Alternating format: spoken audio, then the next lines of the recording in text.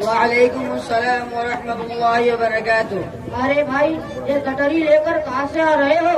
ارے بھائی میں مدرسے سے آ رہا ہوں۔ اچھا تو آپ مدرسے میں پڑھتے ہیں؟ جی میں ایک مدرسے کا طالب علم ہوں۔ اچھا آپ کے مدرسے کا کیا نام؟ ہمارے مدرسے کا نام مدرسہ مظاہر العلوم بیڑ ہے۔ اچھا تو آپ کے مدرسے کا مجھے سناؤ نا۔ دیکھیے بھائی ہمارے مدرسے کا نام مدرسہ مظاہر العلوم بیڑ ہے۔ ہمارے مدرسے میں تقریباً 125 طلبہ زیر تعلیم ہے، جس میں شعبہ حفظ، شعبہ ناظرہ، شعبہ دینیاتی کلاسیں ہے۔ 2 کلاس حفظ کی ہے، 1 ناظرہ اور 1 دینیاتی کلاس ہے۔ اور الحمدللہ امسال ہمارے مدرسے سے 5 بچوں نے حفظ قرآن مکمل کیا ہے۔ نیز ہمارے یہاں لڑکوں کے ساتھ ساتھ لڑکیوں کی تعلیم کا بھی نظم ہے۔ امسال ہمارا جو مدرسہ فاطمہ الزہرا للبنات بیڑ کے نام سے مشہور ہے، اور امسال 16 بچیاں نے ہمارے مدرسے سے مومنہ کورس مکمل کر سند فراغت حاصل کر رہی ہے، جنہیں ناظرہ قرآن مکمل، تحفۃ البنات، بہشتی زیور اور فضائل اعمال جیسے اہم کتابیں پڑھائی گئی ہے۔ اور الحمدللہ ہمارا مدرسہ بڑا ہی خوبصورت ہے، کھیلنے کے لیے ایک بڑا میدان ہے، بہترین کھانے کا نظم بھی ہے، وغیرہ وغیرہ۔ ارے ماشاء اللہ ماشاء اللہ ماشاء اللہ، یہ سب تو ٹھیک ہے، ذرا یہ تو بتائیے کہ آپ مدرسے میں رہ کر کیا کیا سیکھتے ہو، مجھے بھی سنائیے۔ جی سنیے، بسم اللہ الرحمن الرحیم۔ ایمان مجمل، آمنت باللہ کما ہوا باسمائہ وصفاتہ وقبلت جمیع احکامہ۔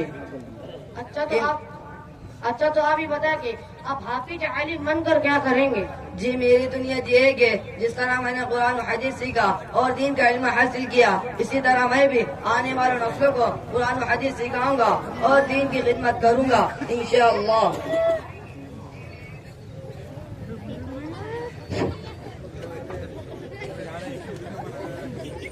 السلام علیکم ورحمۃ اللہ وبرکاتہ۔ چچا جان۔ وعلیکم السلام۔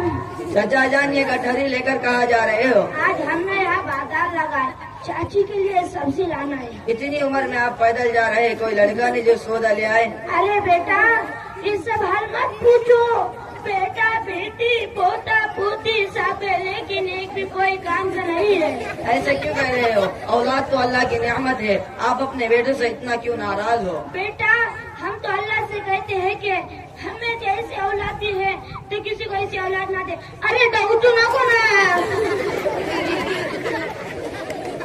بیٹا بیٹی پوتا پوتی سب ملا کر 25-30 ہے، لیکن ایک بھی کوئی کام کا نہیں ہے۔ ہم نہ وقت پر کھانا نہیں دیتے۔ توبہ توبہ، کیسے بچے ہیں آپ کے؟ کیا آپ نے ان کو تعلیم نہیں دی؟ تعلیم کیوں نہیں دی؟ تعلیم تو سب کو دی ہے۔ ایک لڑکا سعودی دبئی میں رہتا ہے اور دوسرا اپنے بچے کو لے کر گنا توڑی کو گیا ہے۔ آرتی کو سنی ہے کہ نہیں؟ دوچو نہ کو نا۔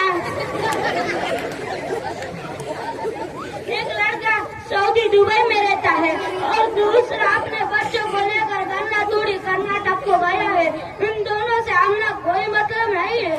یہ تو بڑے افسوس کی بات ہے، لیکن چچا میاں کیا آپ نے کسی کو دینی تعلیم نہیں دلائی؟ دینی تعلیم تو ہم نے یہ سوچ کر نہیں دی کہ اگر مدرسے میں پڑھیں گا تو مسجد مدرسے میں نوکری کریں گا تو یہ 3000 کمائیں گا، خود کیا کھائیں گا اور ہم نے کیا کھلائیں گا۔ دیکھیے چچا میاں یہ بہت غلط سوچ ہے، ایسا نہیں سوچنا چاہیے کہ مدرسے یا مسجد میں نوکری کریں گا تو کیا کمائیں گا اور کیا کھائیں گا، جبکہ اللہ کے نبی صلی اللہ علیہ وسلم نے فرمایا انسان جب ماں کے پیٹ میں ہوتا ہے اسی وقت اللہ تعالیٰ اس کا رزق لکھ دیتا ہے کہ اسے دنیا میں کتنا رزق ملے گا۔ اب چاہے وہ دنیا میں آ کر ڈاکٹر بنے، انجینئر بنے، اپنے ملک میں رہے یا دوسرے ملک میں جائے، حافظ بنے یا عالم بنے، اسے اتنا ہی رزق ملے گا جتنا اللہ تعالیٰ نے اس کے مقدر میں لکھ دیا ہے، نہ تو ایک پیسہ کم اور نہ زیادہ۔ تو پھر یہ سوچنا کس طرح درست ہو سکتا ہے کہ مدرسے میں پڑھانے والے کھائیں گے کیا اور بچائیں گے کیا؟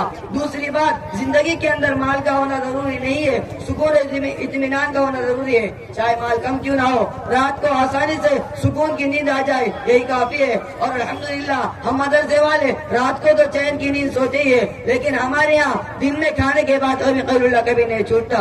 اچھا میں آپ دونوں سے ایک سوال کرتا ہوں۔ اچھا چچا میاں کیا آپ کو معلوم ہے غسل میں کتنے فرائض ہیں؟ دیکھو بیٹا غسل میں 5 فرائض ہے۔ نمبر 1 صابن دانی، نمبر 2 گرم پانی، نمبر 3 پورے آنکھ میں پانی سے پانی۔ بس بس۔ اچھا بھائی کیا آپ کو معلوم ہے وضو میں کتنے فرائض ہیں؟